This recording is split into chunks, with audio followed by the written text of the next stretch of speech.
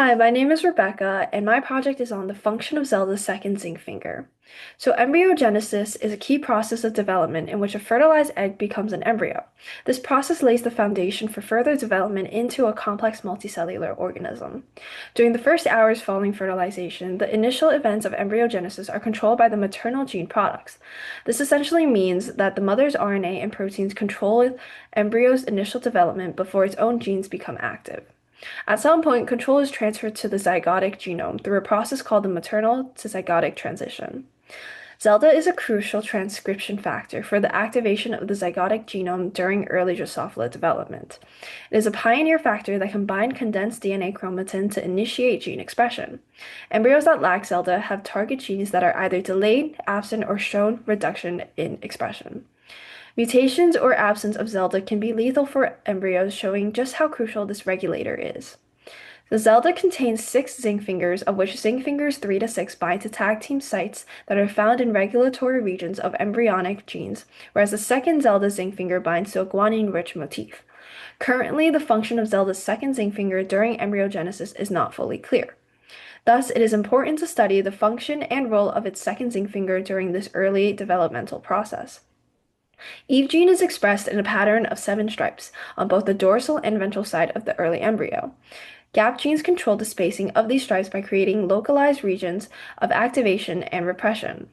In this experiment, the maternal and zygotic effects were examined to understand how early development is controlled. So maternal effect is when the offspring's phenotype is determined by the mother's phenotype. If the offspring's phenotype differs from the mother's phenotype, this would be known as the zygotic effect. The goal of this study was to better understand the role of zinc finger 2 during maternal to zygotic transition. CRISPR genome editing was used to generate targeted mutations on the second zinc finger's DNA binding domain. We then observed the effects it had on each stripes to determine if it was a maternal or zygotic effect. This study accomplishes this by conducting an in situ hybridization and looking at the viability of each genotype. So there were 2 mutations that were used for the study. The first was a Jazz mutation, and it was generated using CRISPR by the Harrison lab. A second mutation was generated at the Rushla lab. 4 amino acids in the second zinc finger were replaced with ASSS, respectively, as seen down here. So as you can see, the original sequences were S, S, H, and R, but then it was replaced with ASSS. Thus, this is why the mutation is called ASSS mutation. So after CRISPR, DNA sequencing was done and there was 2 independent ASSS mutation lines, 22B and 5A. The Jazz mutations by the Harrison lab served as a control in this experiment because it was shown previously that the second stripe is missing with the specific Zelda mutation. So for our experimental groups, we compared 6 groups to look at maternal and zygotic effects. To look for maternal effects, mutant mothers, which are homozygous flies because it is mutant over mutant, were crossed with mutant males for Jazz, 22B, and 5A mutation groups. The groups include 22B homozygous females crossed with the 22 mutant males, as seen over here, the 5A homozygous females crossed with the 5A mutant males, as seen over here, and also the Jazz homozygous females crossed with the Jazz mutant males, seen over here. To look for zygotic effect, heterozygous females, which are mutant over FM7, were crossed with mutant males across Jazz, 22B, and 5A groups. If there was a difference between the mother's phenotype, which we know aren't mutant, and the phenotypes of the zygote, then we know there is a zygotic effect on certain striping. So observational comparisons were then done between the groups testing for zygotic and maternal effects. For each cage, flies were sorted based on eye phenotype. Heterozygous females exhibited orange eyes in the shape of kidney beans, as seen over here. White-eyed flies indicated mutant females and males. They usually have an abnormal shape of the eye or weird patterns on the chromatidia. So this is the eye of a Jazz mutant, and this is the eye of an ASSS mutant. After cages were set up, in situ hybridization was performed on embryos ages 1 to 3 hours and were fixed in a 37% formaldehyde concentration. In situ hybridization was performed according to the standard lab protocol at the Rushla lab in NYU. The Eve probe was inserted for all groups. Before mounting, embryos were stained with DAPI and then mounted under a compound microscope at 200 times magnification. The viability and fertility of each mutant was also assessed by counting the numbers of each fly genotype. So, for results, there are varying phenotypes exhibited with respect to E stripes 2 and 5 for all groups. They were either fully gone, a very faint or thin line, a few dots on the stripe, or present on half, either the dorsal or ventral side of the embryo. The eyes in the 22B mutants were observed to have been very different compared to the 5A and Jazz mutants. The 22B mutant mothers crossed with the 22B mutant males were expected to produce all mutant offspring. Embryos showed varying phenotypes from faint to non for stripes 2 and 5 during the middle stage of 14, which is a stage in embryogenesis, as compared to 22B heterozygous females crossed with the 22B mutant males.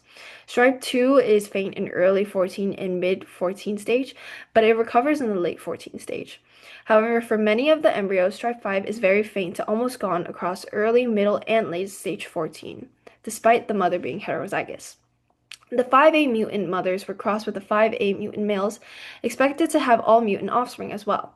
When examining the striping of the embryos, it was noted that stripe 2 and 5 were missing during early and middle stage 14 of embryonic development. For some, stripe 5 is faint in late 14, but most embryos have the stripe. However, stripe 2 continues to be missing or faint past late 14. For the 5A heterozygous females crossed with the 5A mutant males, all 7 stripes were seen in the late 14 stage. The Jazz mutant mothers crossed with the Jazz mutant male group had embryos with stripe 2 gone or faint. Stripe 5 is present in all of stage 14. When compared to the Jazz heterozygous females crossed with the Jazz mutant males, all 7 stripes are present. Stripes 2 and 5 seem to be slightly weak in early 14 and middle 14 stages, but this could be due to the embryos being fixed in a time where the striping is still developing.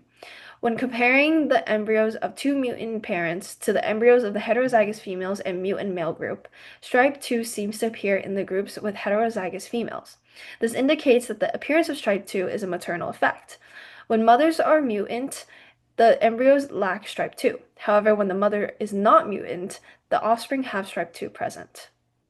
However, the appearance of stripe 5 seems to be a zygotic effect. For the homozygous mutant flies in the 5A and 22B group, many of the embryos are missing stripe 5 or show a very faint sign of it. This continues to occur even in the groups where the heterozygous mothers aren't females. When assessing viability, the genotypic ratio should be around 25% across all groups. For the heterozygous females, mutant males, and also the FM7 males. However, it was seen that there were far more FM7 flies than mutant flies. This suggests that the embryo that had the mutation are more lethal and had a lower survival rate. To conclude, the results in the study shows that the expression of EAP stripe 2 is a maternal effect, whereas the expression of stripe 5 is a zygotic effect. There was no effect seen on the expression of stripes 1, 3, 4, 6, and 7. The embryos that had the mutation also had a lower survival rate. That's all. Thank you for listening.